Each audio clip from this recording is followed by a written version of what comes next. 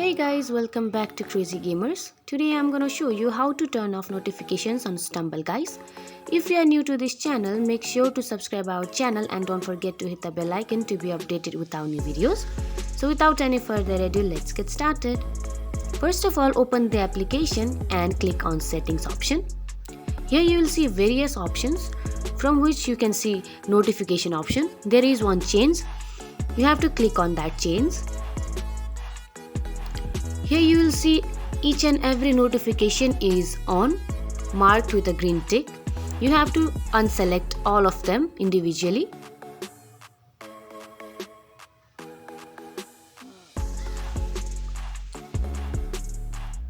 After unselecting them individually, your notification will be turned off and no more notification will pop off. So this is how you turn off notification in Stumble guys. I hope you find this video helpful.